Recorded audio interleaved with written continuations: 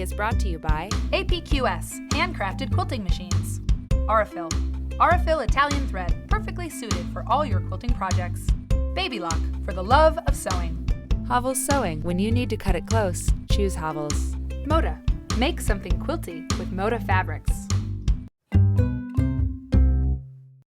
Hi everybody, welcome to Quilty, and Emily Lang, welcome back to Quilty. Thank you. How are you? Good. It's really nice to have you on the show, and this episode is a Meet a Modern Quilter episode of Quilty. And so Emily Lang, tell me, when did you start quilting?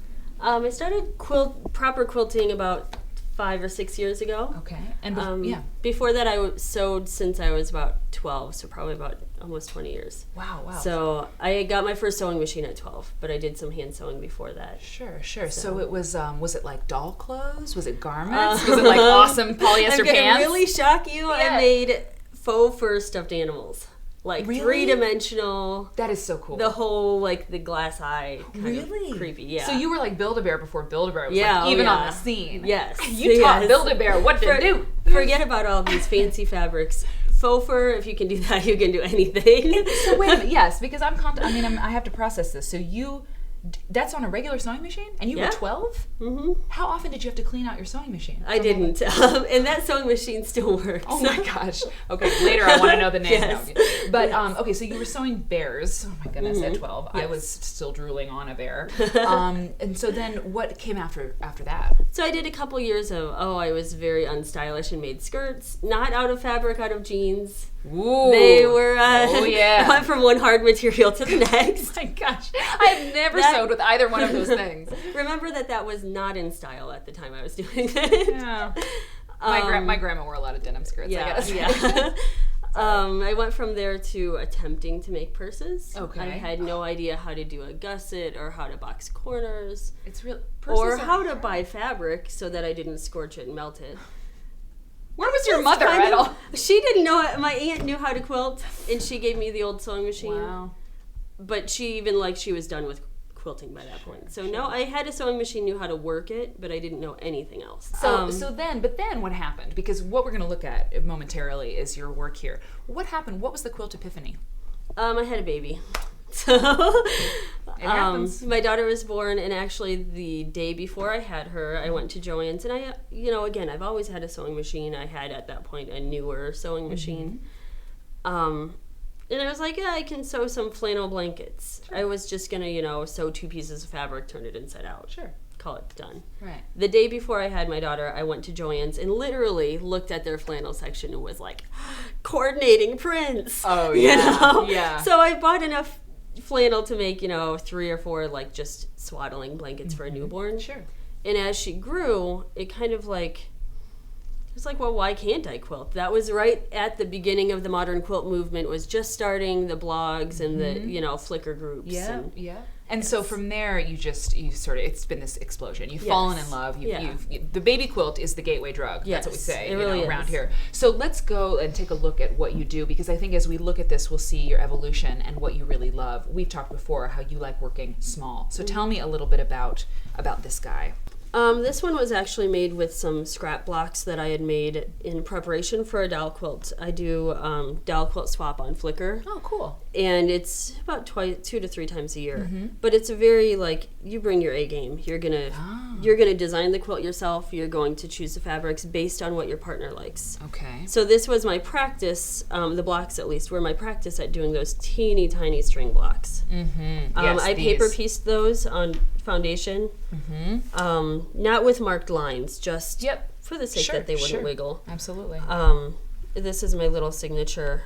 Is my 3 little triangle prairie points. Prairie points, absolutely. Those just are a adorable. little different, Yeah, a little Emily Lang touch. This guy again is my shame on me for not having sent it yet. Mm-hmm. A close friend of mine had a baby who was born premature. Okay, and he didn't make it. Okay. So this is their kind of like grieving quilt. Yeah. I've unfortunately made a couple of these in my lifetime. Mm-hmm. So it has his name here, Peter. I free motion quilted the words. So beautiful. Always our precious and loved child. Just because I feel like that newborn baby shouldn't be lost to memory, even though he's not here.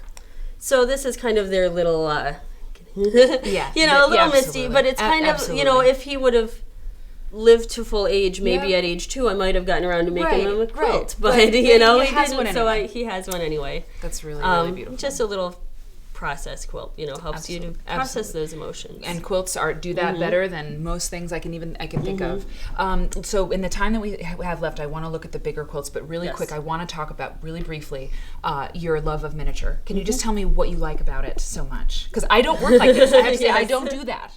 Well, first off, it's paper piece. So if you can do a paper piece block that finishes at 18 inches, you can do it at any size. I could have shrunk this down another half. It would have taken the same probably 2 hours, you know? Yeah. I like that you can have very precise points, very precise to everything. You can, if you want, plan it all ahead. I can say, all of these are pink, all of those are gray. And then I can sit down and when my mind can't, you know, like when there's a tragedy or when there's something that I just need to sew, but I can't be like the other piece where I was just actively making the decisions. I needed something just to sew. You needed to get in the zone. So and I stay needed in the to zone. get there and be there. Totally. So precise piecing does that. And you've also said to me that it goes a long way. Your fabric just goes so far when you're working small like that. You made this bag, more Anna Maria Horner, using here. All sorts. And is this one of her patterns? No, this is a Amy Butler pattern, the Weekender. Yes. Very, very cool. I travel a lot, so I will be taking that home. No, just kidding. Okay, so we are at time, but we have to take a look at the latest and greatest from you, Emily. This is so, and I see an evolution. I'm seeing like things happening. So tell me about this. This is kind of all of the little blocks that I worked on throughout maybe the year or so. That just testing little things, and these are paper pieced letters, free piecing here and here, more paper piecing, regular, you know. But a lot of tiny, and a lot of, this was kind of my piece to allow myself the freedom to play with fabric. Like I didn't want to make 30 things that are this size, but I wanted to make a lot of different things. And I'm playing around with some stabilizers, tearaway stabilizers, so that I can free motion quilt right on top of the quilt top without, because if you do that once it's all layered and basted, you're not going to have the control. So I can do that very easily without losing that control.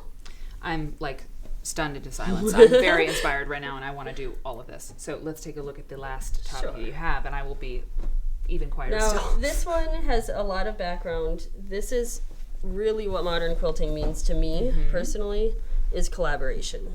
And this is a collaborative piece between, it's really long. This is the full quilt, already sashed. This is a collaboration between myself and my friend Emily Bruzzini. We know her well. Yes, know and love she was Emily. on Quilty. Quilty. Yes. So this piece, we called it the Modern Robin. We had about 15 people, pairs of people, working with us online. So we each, within our pairs, would start with a center, pass the block to our friend with some fabric. And then, so I made the center. Emily did this part here. And then I made this part here, and she finished it out with this. Now, I mean, I want to look at the back. Yes. Okay, so you did pressing open here. It depended on the situation. Sure, absolutely. And I have to ask you, who gets it at the end? I do. She has her own piece. Oh, I see. So each month we swapped our blocks. Wow. And like if she added this little fabric, she would leave the scraps in there, so I could do whatever, you know. So I've got really the three-dimensional stuff here, and it's gorgeous. There. It's and we have our friendship star, since that's our friendship quilt. That's the friendship star right here. Well, Emily Lang, I mean, I just don't know what to say except good job, and I hope that you continue to do this. And I'm going to say it. We're going to see a lot more of you, Lang. I hope so. I think so. And visit your blog. Yes, Mommy's Nap Time at Blogspot. Check it out and go to Hey Quilty, read our blog, go to Facebook page, all that kind of thing. And you've just met a modern quilter. I like her. I bet you do too. See you next time. Quilty is brought to you by APQS, handcrafted quilting machines. Aurifil Italian thread, perfectly suited for all your quilting projects. Baby Lock, for the love of sewing. Havel's Sewing. When you need to cut it close, choose Havel's. Moda, make something quilty with Moda fabrics.